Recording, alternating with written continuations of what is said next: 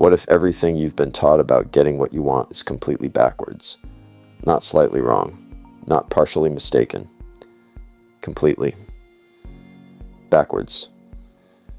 Most people spend their entire lives chasing, gripping, forcing. And the harder they push, the further away everything seems to move.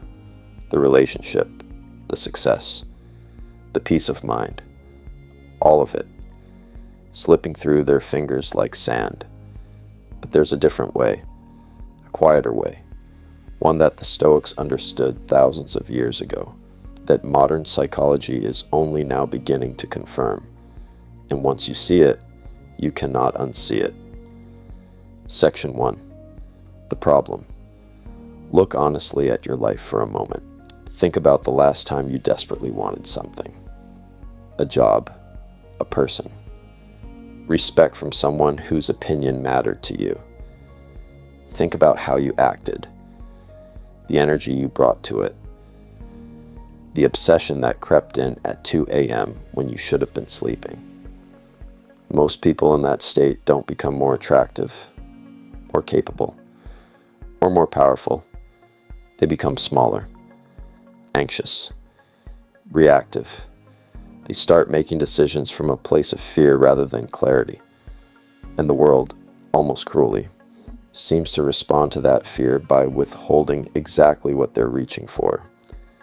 This is the central tension of human desire. The very act of needing something too much has a way of destroying your ability to get it. And nobody talks about this honestly, because it sounds strange, it sounds passive, it sounds like giving up, but it isn't. Not even close. Section 2. Why people react instead of think. Here's what actually happens inside the mind when desire becomes desperation. The brain interprets intense wanting as a signal of scarcity. When you feel like you need something to be okay, your nervous system shifts into a low-grade survival mode. Your thinking narrows. Your actions become hurried. Your presence, that quiet, grounded energy that draws people and opportunities toward you, disappears entirely. You're no longer operating, you're reacting. And reaction, by definition, means something outside of you is in control. Pause for a moment and think about that. Every time you've chased something too aggressively, too desperately, something in the dynamic shifted. The other person pulled back. The opportunity felt further away. The outcome you wanted started to look less likely, not more. This isn't coincidence. This is psychology operating exactly as it should. Section 3. The Stoic Insight. The Stoics had a concept called amor fati, love of fate, not passive resignation, not weakness, but a radical, almost defiant acceptance of what is, combined with disciplined, intentional action toward what could be. Marcus Aurelius wrote in his Meditations, not for the public, but for himself alone, as a daily discipline, that a man is only disturbed not by events, but by his interpretation of events. What happens to you is largely outside your control. How you relate to what happens is entirely within it. This is not a motivational phrase. This is a precise psychological instruction. When you detach your sense of worth, your sense of peace, your sense of self from any particular outcome, something remarkable happens. You stop leaking energy. You stop broadcasting desperation. You become, in the truest sense of the word, composed. And composed people are powerful people. Section 4. The Psychological Trap. But here's where most people misunderstand this idea and fall into a different trap entirely. They hear let go and interpret it as don't try. They hear detach and think it means don't care. So they swing from obsessive gripping to hollow indifference, and neither extreme works. The trap is believing these are your only two options: desperate attachment or complete apathy. Carl Jung spent decades studying the unconscious patterns that govern human behavior. One of his core observations was that what we suppress, we project. What we cling to desperately, we push away, not through some mystical law of the universe, but through very real, observable psychological mechanisms. The person who clings to love drives it away.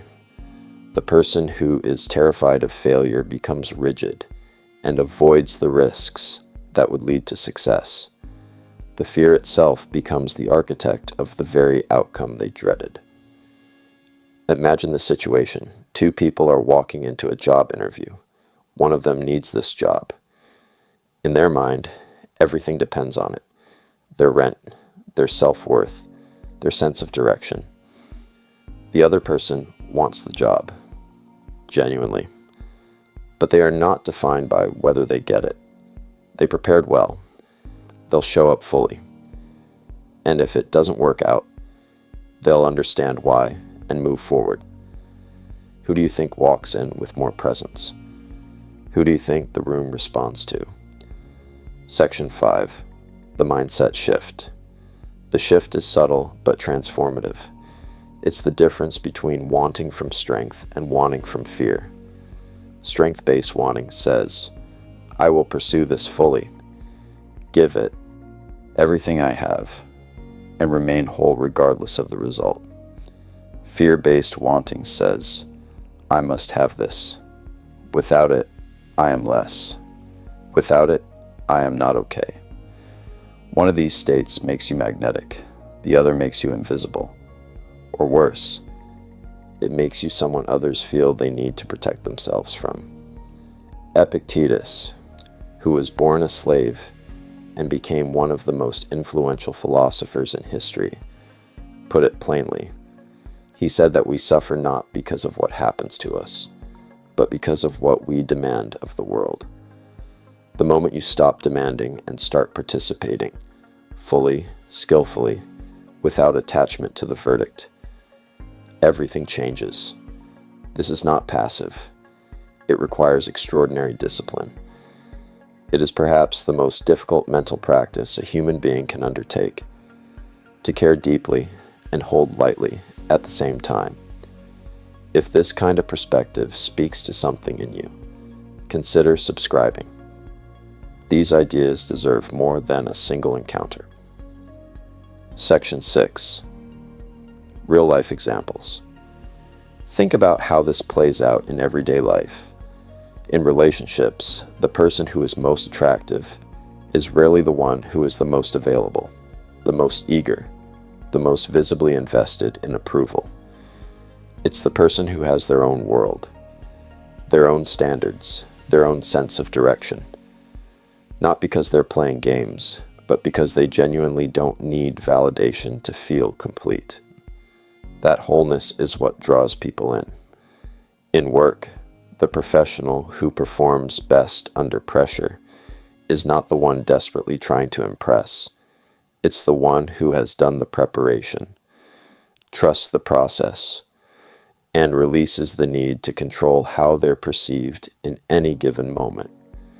In social situations, under criticism or competition, the person who remains calm while everyone else reacts is not emotionless. They have simply learned something that most people never do, that their response belongs to them. It cannot be stolen. It cannot be forced.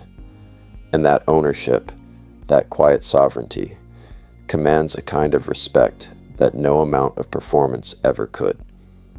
Section 7. Deeper philosophy.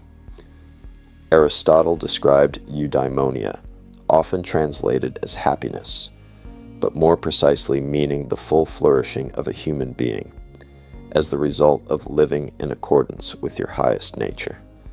Not chasing pleasure, not avoiding pain, but engaging fully, with virtue, with the world as it actually is. Seneca warned us clearly. He wrote that we suffer more in imagination than in reality. The mind that is trapped in desperate wanting lives in an imagined future, where the outcome is always uncertain, always threatening, always capable of collapsing the self, and so it never fully arrives in the present, where life is actually happening, and where real action is actually possible. Socrates spent his life asking one question in 1,000 different forms. What is it that you actually know? Most people, when it comes to desire and outcome, think they know that getting what they want will make them whole. But look honestly at your past.